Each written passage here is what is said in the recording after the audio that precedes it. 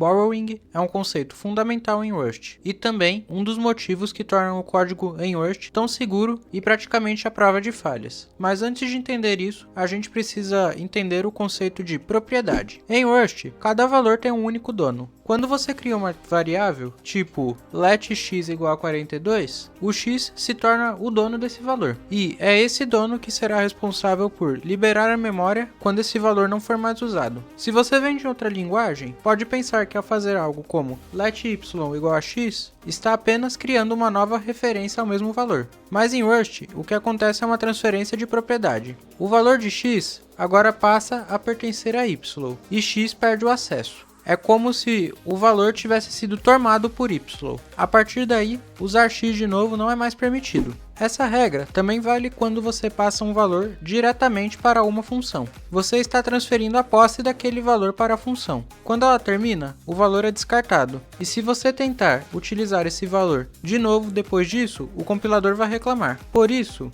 a maioria das funções em Rust recebe referências a valores ao invés de receber o valor diretamente. Mas calma, isso de referência é assunto para outro vídeo. Por hora, o que você precisa saber é que, ao colocar um e comercial antes de uma variável, você está pegando apenas uma visita àquele valor, uma referência de leitura. Você não pode nem mudar o valor através dela, mas pode ler normalmente. Claro, isso tudo muda um pouco a depender do tipo do valor. Os tipos primitivos, por exemplo, implementam uma coisinha chamada trait copy. O que isso faz? Significa que, em vez de mover o valor, o Rust simplesmente copia ela neste caso. Então, essa primeira parte do código não causará erro, mas isso não acontece com tipos compostos, como vetores e strings. Aqui, a regra de propriedade ainda continua firme, tanto que os únicos dois erros neste código são erros de borrowing causados tanto pela variável i quanto pela variável x, dois tipos compostos. Só o fato do Rust funcionar assim já evita um monte de problemas que a gente vê em linguagens como C. Coisas como ponteiros nulos, ponteiros soltos, usar memória depois que ela foi liberada, fazer cópias desnecessárias